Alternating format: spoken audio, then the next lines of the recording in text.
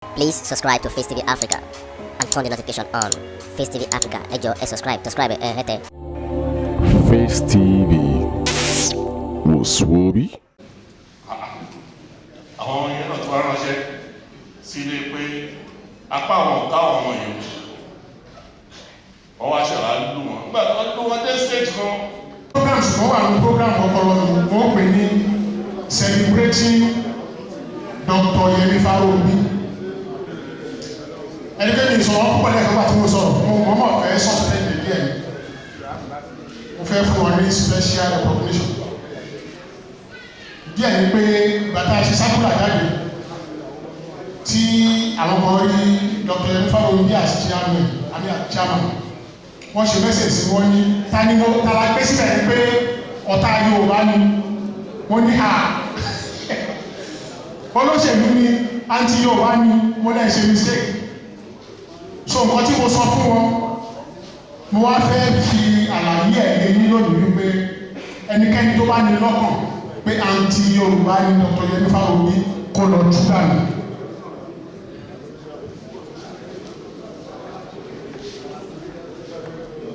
Yoruba and peace. That has been unanimously adopted. Perfecto. Thank you, sir. Ẹ ṣé gan. Yoruba constituencies. Yoruba constituencies ní àbájáde yẹn kì í ṣe nílẹ̀ ìpínlẹ̀ Ògùn, Èkó, Ọ̀yọ́, Èkìtì, Oǹdó àtọ̀ṣùmá. There are Yoruba constituencies in Kwara. There are Yoruba constituencies in Kogi. There are Yoruba constituencies in Edo. So, ìyẹn pé o ṣe sọ pé state mọ́ mo ṣe ń sọ pé Yoruba constituency. Ìyẹn ni wípé ẹni tó bá kárẹ̀ sí Yorùbá tó dẹ̀ mọ̀ pé Yorùbá constituency lòún represent ní gbogbo ibi tí Yorùbá bá wà. Èròǹgbà wa ni wípé yóò sọ̀rọ̀ sókè nípa ìyà tó ń jẹ Yorùbá. At the end of the meeting of the Assembly of Yoruba Groups Worldwide, held today at the House of Chiefs Secretariat, Oyo State, the following resolutions were reached. A Yoruba Central Coordinating Council has been proposed. 136 local councils in Yorubaland is hereby suggested to have a representative to constitute the General Assembly, which is one of the requirements of UNPO for self-determination. The following dates must be marked and celebrated in Yorubaland. June 12, that is Democracy Day in Yorubaland. The suggestion on June 12 is that it should, June 12, 2021, is being set aside as a day of referendum for Yorubas on self-determination. The determination referendum will be held 12. On October 1st, which is National Independence Day, and September 21, Kiriji Day, the day Yorubas signed the peace. The painful situation in Yorubaland and Okeogun, Ekiti, Ondo, which has made some of our citizens refugees in neighboring countries, is rejected. All Yorubas should go back to their towns and villages and protect their land. The elites of Yorubaland are being enjoined to be ready and make more impactful and meaningful contribution towards the determination of a new Yoruba nation. All Yoruba groups are to make unity of purpose their cardinal goals and reduce rancor. The meeting appreciates the efforts of the Ooni of Ife, the Aláàfin of Ọ̀yọ́, Ọba Ògbósù of Modakeke, the Awujale of Ijebuland, and other Obas in Yorubaland that identifies with the mission of Yorubaland. All Yoruba groups should henceforth begin to mobilize relief materials for affected Yorubas in the Fulani-ravaged areas.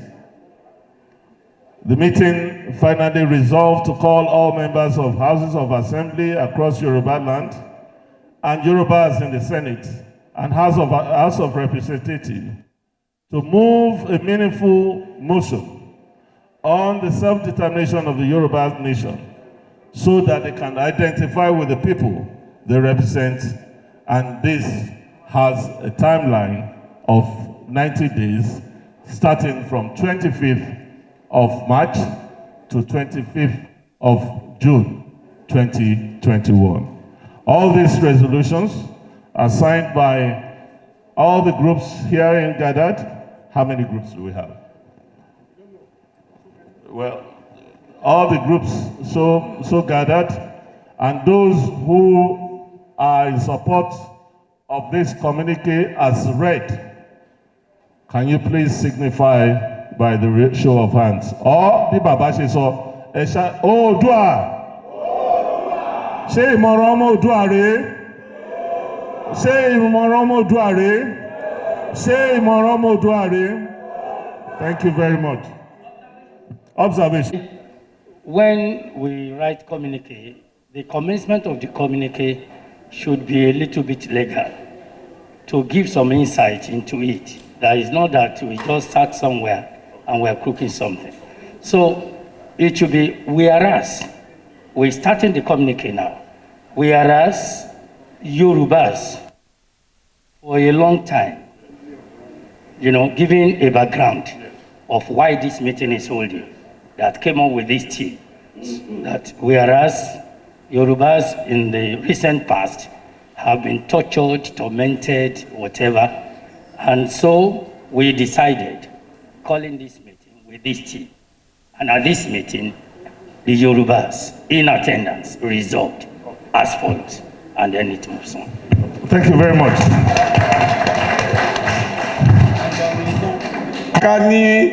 Ọ̀rọ̀ rẹ̀ ní ọ̀jáde, Ọlọ́run Olódùmarè ti fi ọ̀rọ̀ sí mi lẹ́nu, ó sì ti fàṣẹ tì. Ó ní kí n sọ fún yín wípé bí àṣà bàbá Ògúndé, ó ní Yorùbá ronú. Ẹ̀yin tó ń sọ̀rọ̀ ẹ dákẹ́.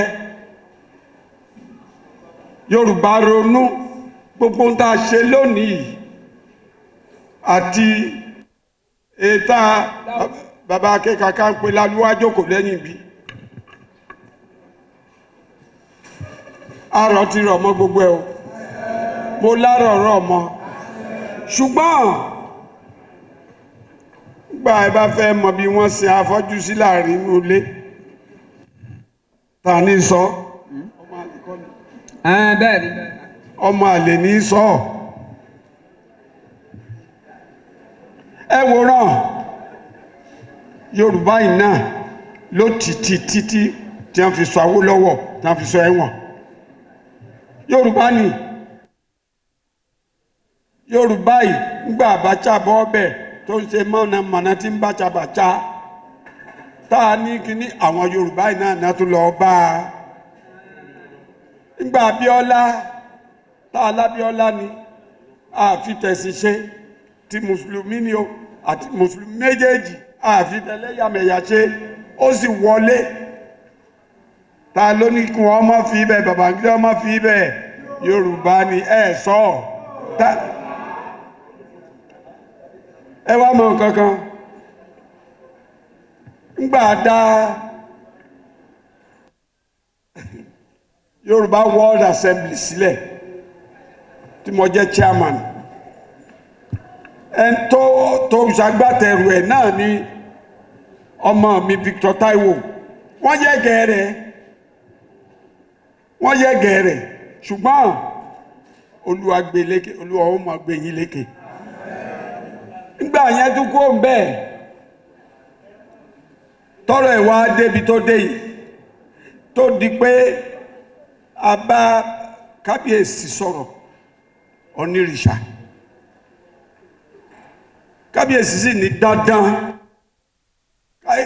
káwọn olóyè àwọn ọba kẹnu wọn tó kò ẹ̀yin tí wọ́n ń jọba lé lórí ẹnu yóò kó ó dà tó bá bẹ́ẹ̀ jẹ́ bẹ́ẹ̀ ni kí Victor Taiwo kó lọ pé àwọn èèyàn àwọn ẹgbẹ́ tó jẹ́gbẹ́ ajìjàgbara tó jẹ́gbẹ́ Yorùbá bí wọ́n ṣe pọ̀ tó kó pè wọ́n jọ ó dẹ̀ béèrè lọ́wọ́ mi pé tí ó lè ṣe mo lè ṣe ọba pé ó sì sọ fún mo pàṣẹ fún ọ lọ ṣe báyìí báyìí ìdí ẹ̀ lẹ́ṣẹ̀ jókòó báyìí o ẹ̀ ní jókòó yà. Yàtọ̀ sí yẹn wọ́n pe àwọn gómìnà ẹ̀ sọ̀rọ̀ àwọn gómìnà lẹ́ẹ̀kan ní gbogbo gómìnà Yorùbá ẹyọ kan ló ti sọ wípé gbogbo bí Yorùbá bá lọ lòun lọ ìyẹn ni ọmọ yín Mákindé. Kí ni tó ṣe ní Màpó kò sọ pé àwọn àgbà ló wà mẹ́ kò sọ pé ọmọdé wọn ò sì bí lẹ́jọ́ kó tó sọ wípé àní bí Yorùbá bá lọ lòun lọ. Ẹ wá wo tàwọn míì tí wọ́n sọ wípé àwọn ẹ̀rí nǹkan bí tínú ilé kan tí ọba tí tòrò mi ò gbọ́n tẹ́ ìwé o mi ò pé gómìnà kankan lọ́mọ àlè.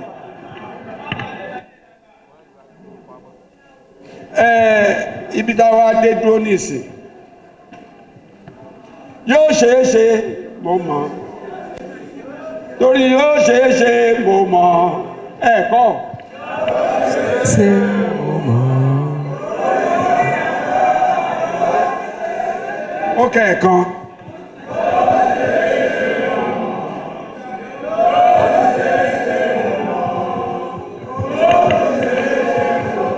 Torí mo mọ̀ pé yóò ṣeé ṣe tá a di alágbára padà. Mo ní yóò ṣeé ṣe tá a di olórí padà. Yóò ṣeé ṣe tí a ní mú oje orí wa bí àkùkọ ká fún kọ̀lọ̀kọ̀lọ̀ jẹ. Nígbà tí àṣẹ bàbá. Lágbára Ọlọ́run yóò ṣe bẹ́ẹ̀ yóò ṣeé ṣe lágbára Ọlọ́run. Àṣẹ. Nígbà tí Ọ̀túnba Ọ̀ṣìbọ̀gùn tó ń sọ̀rọ̀ ta nìyẹn o ta ló ní ojókò ṣé kìí ṣe àwọn Fúlàní ó sọ fún wa wípé ká ṣe ara wa ní òṣùṣù ọwọ̀ tá a bá ṣe ara wa lóṣùṣù ọwọ̀ tá a wá ń yọ ọwọ̀ kò lè gbálẹ̀ mọ́ o ìgbà tá a tún sọ̀rọ̀ ọ̀rọ̀ wa tún dọ́dọ̀ àwọn Àgbẹ̀kọ̀yà bébí tẹ́lẹ̀ èmi ni patron Àgbẹ̀kọ̀yà ṣùgbọ́n gbogbo wọn sì jù mí lọ fà ó ní bàbá akẹ́kọ̀ọ́ kárì ó báyìí Àgbẹ̀kọ̀yà ẹ wo ayálùre àwọn méjèèjì wọ́n jù mí lọ wọ́n sọ pé mo kéré sí wọn tó sọ mí di patron wọn ṣùgbọ́n bàbá yìí sì sọ ẹ̀dọ́kọ̀ bàbá yìí sọ̀rọ̀ lẹ́ẹ̀kan nígbà sójà yín ìbọn ọ̀tọ̀ ní táwọn yìn èmi á kí iyẹ̀pẹ̀ sínú ìbọn ni ara sójà sì ń ya káwọ́ sọ débẹ̀ yóò dá fọ́ ẹ wá tún wo nǹkan àti débi tí ológun ti ń sá o nta wa sọ ni wípé ẹnu wa gbọ́dọ̀ kó ẹnu wa gbọ́dọ̀ kọ ẹnu wa kò tẹ́lẹ̀ lẹ́nìí wọ́n ní kí n má kà á ṣùgbọ́n mo fẹ́ sọ fún yín ẹ lọ wo social media yín ẹni tó kọ́kọ́ kí ọmọ mi Victor Olútaiwo ní Victor Adéníyì láti Canada fún ìjókòó yìí nígbà tó kí tán ẹnì kejì tó tún kí ní Bánjí Akíntóyè professor ẹ wá dúró ǹjọ́ wa dáa fìmílẹ̀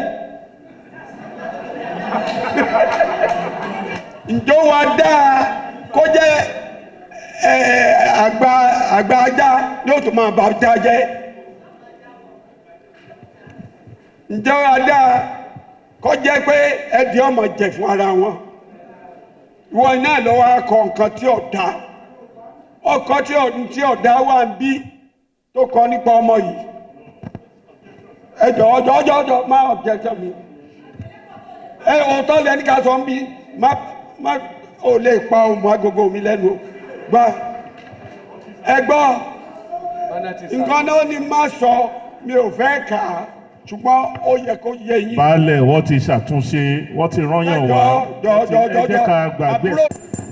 chairman closing remark tí ò sí mbẹ̀ mo dúpẹ́ lọ́wọ́ gbogbo yín nǹkan tí mo fẹ́ kẹ́ mú lọ lé òun ni speech tí Victor kọ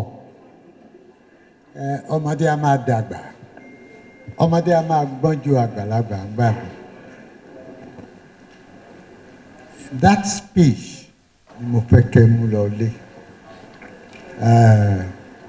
what Baba said is important but that speech is very very important. Mo mọ kábíyèsí kan ó lẹ́yìn ọba ni wọ́n ń bú ọba wọ́n tàbá déwájú ẹ̀ á parí burúkú. It is what that you see that you must take away. It doesn't matter the traction that you get. Victor, and all of you who are leading these various groups, you will get distraction. You just told what they say about me. I was just telling somebody, if they knew how I have survived security all these years, people won't be talking about that. But I don't bother about that. So, Victor, don't get bothered about anything. All of you who are leaders, Dr.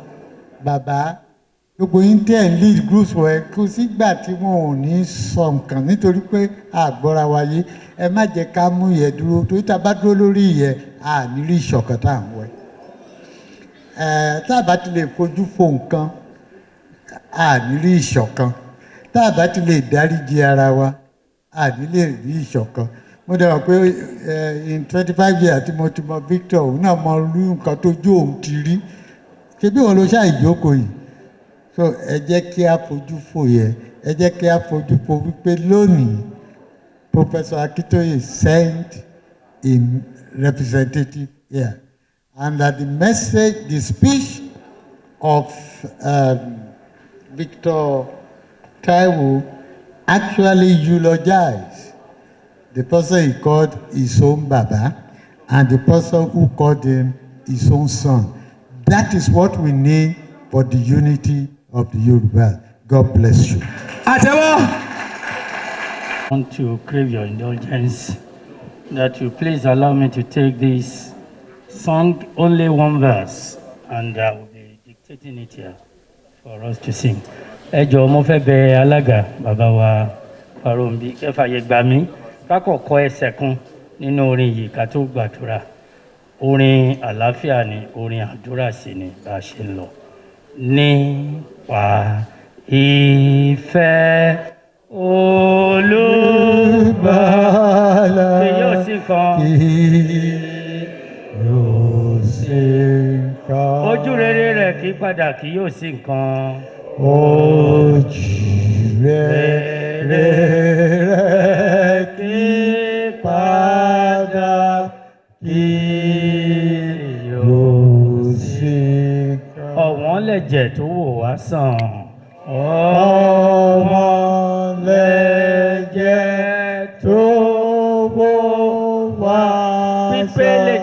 ọ̀fẹ́ pèlè Jésù rẹ̀ ọ̀fẹ́. Agbára lọ́wọ́ tó ń gbani. Agbára lọ́wọ́ tó ń gbani. Lè sí nǹkan.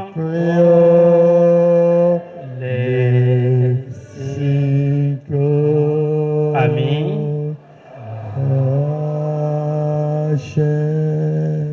Ayérayé Ọlọ́run wa, ṣe la fi ògo tó ga jùlọ fún yín, torí pé ẹ̀yin lẹ mọ ìbẹ̀rẹ̀ títí dé òpin, ẹ sì mọ òpin láti ìbẹ̀rẹ̀ wá. A dúpẹ́ lọ́wọ́ yín fún ìrìn àjò ayọ̀ tí ẹnì kọ̀ọ̀kan wá rìn débí, pàápàá gbogbo àwọn aláṣẹ àti àwọn adarí wa nínú ìpàdé yìí lónìí. A dúpẹ́ tẹ́ jẹ́ kó ṣeé ṣe fún wọn láti wá. A dúpẹ́ fẹ́nì kọ̀ọ̀kan wa náà tẹ́ fún láǹfààní láti jẹ́ ọ̀kan nínú àwọn alààyè tí ó bá wa pé nínú ìpàdé. Olúwa ẹ gbà ọpẹ́ wa. Àwa dúpẹ́ fún ohun gbogbo tí a ti ṣe àti ohun gbogbo tá ó tún máa ṣe lẹ́yìn òní. A fi gbogbo rẹ̀ lé yín lọ́wọ́. Olúwa ẹ gbà ọpẹ́ wa. Àwa gbàdúrà ilẹ̀ Yorùbá dọwọ́ yín. Ẹni ẹ ti mọ̀ wá ká tó wá sáyé, nígbà tí a ti lóyún wa lẹ ti mọ̀. Kò sóhun kankan tó pamọ́ tàbí tó ṣókùnkùn fún ẹ̀yin Ọlọ́run, pàápàá nínú gbogbo èròǹgbà wa nílẹ̀ Yorùbá. Gbogbo ẹ̀ ló hàn kedere sí yín, ò sì sí àṣetì lọ́dọ̀ yín. A gbàdúrà Ọlọ́run wa ní ibi gbogbo tí à ń ronú sí fún ìtẹ̀síwájú àti ìdàgbàsókè ilẹ̀ Yorùbá. Olúwa ẹ kún wa lọ́wọ́ ṣiṣẹ́ o. Gbogbo àwọn adarí wa, èdè àìyedè ẹ má jẹ́ kó bẹ́lẹ̀ láàrin wa. Ẹ̀mí ìṣọ̀kan àti ìfẹ́ tó gbóná, gẹ́gẹ́ bí ẹ ti fi kọ́ wa nínú ìwé Kọ́ríńtì kínní orí 13 wípé ìfẹ́ lágbára. Ẹ̀mí ìfẹ́ yìí tá ó fi jùmọ̀ ṣe ohun gbogbo láṣeyege àti ní àṣeyè. Olúwa ẹ jẹ́ kó wọnú ayé wa lọ. Gbogbo àwọn adarí wa lónìí, ọgbọ́n ìmọ̀ àti òye ẹ túbọ̀ bá wa fi kún wọn. Okun àti agbára ẹ bá wa gbé wọ̀ wọ́n. Àlàáfíà látòrí dé àtẹ́lẹsẹ̀, Olúwa ẹ má jẹ́ kó dágbére fún wọn. Àwa ń gbàdúrà bá a ti ń lọ, ẹ̀yin lọ́ba tẹ́ ṣèlérí pé ó pa àlọ́ àti àbọ̀ mọ́. Ẹ̀yin náà ní Alpha àti Omega. Olúwa ẹ máa bá wa lọ. Ó jáde kò wọlé, má ṣe ní ìpín wa. Ó wọlé kò lè jáde, má ṣe ní ìpín wa. Gbogbo àṣẹ yín nípa ti ilẹ̀ Yorùbá, Ọlọ́run ọ̀run ẹ mú wá sí ìmúṣẹ. Gbogbo èròǹgbà wa ní orúkọ Jésù ẹ má jẹ́ kó gbé mọ́ wa nínú ọ. À ń fẹ́ délẹ̀ ìlérí yìí sẹ́, ẹ̀yin lọ́ba tẹ́ ẹ mú àwọn ọmọ Ísírẹ́lì la Òkun Pupa já, tí ẹ sì fún wọn ní oore ọ̀fẹ́. Ọlọ́run ọ̀run, irú oore ọ̀fẹ́ bẹ́ẹ̀ táwa náà yóò fi là á já, tá ó wàá ṣọpẹ́, tá ó yìn ọ́ lógo pé a délẹ̀ ìlérí wa. Olúwa jogún rẹ̀ fún wa, dúró tì wá.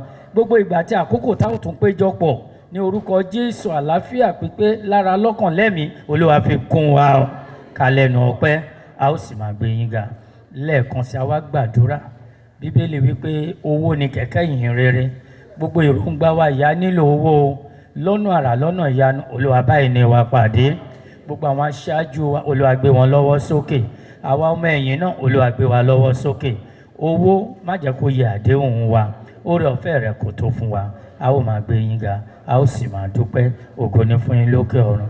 Lọ́mọdé lágbà lọ́kùnrin lóbìnrin á súre fún yín. Olúwa kó bùsí fún yín, kó pa yín mọ́. Kó ṣojú rẹ̀ kó mọ́lẹ̀ sí yín lára.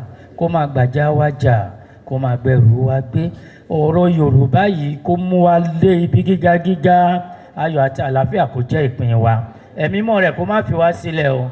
Ká ṣàṣeyọrí àti àṣeyege. Nígbà tí iṣu Yorùbá náà bá wá tú láti jẹ, ẹnì kọ̀ọ̀kan wa ká má dẹni àwátì. Oore ọ̀fẹ́ náà kó máa bá wa gbé lónìí àti títí láéláé. Ẹ jẹ́ bá mi fún ọ ní àtẹ́wọ́ tó rinlẹ̀ dáadáa ọ̀rọ̀ òjò. Ẹ jọ lẹ́ẹ̀kan. Talents and abilities. So the role that each person will play will depend on his own background, his ability, and his talent. And we must therefore learn to tolerate one another, don't insult another, so that we can work together in unity. So that by listening to one another, by tolerating one another, by accommodating one another, we'll be able to be focused and determined in our march forward. Thank you so much, sir. Thank you. Thank you. Please subscribe to Face TV Africa and turn the notification on. Face TV Africa, ẹ jọ̀ọ́ ẹ subscribe hete. Face TV was Swoby.